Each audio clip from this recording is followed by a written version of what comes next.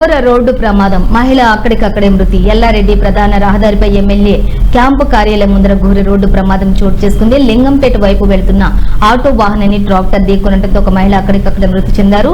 ఆటోలో 3 మహిళలు 2 పిల్లలు ఉన్నారన్నారు. ఒక మహిళ అక్కడికక్కడ మృతి చెందగా మృతురాలు ద్యావల లచ్చవ్వ 40 సంవత్సరాలుగా లింగంపేట మండలం రాంపూర్ గ్రామానికి చెందిన వారుగా గుర్తించడం జరిగింది.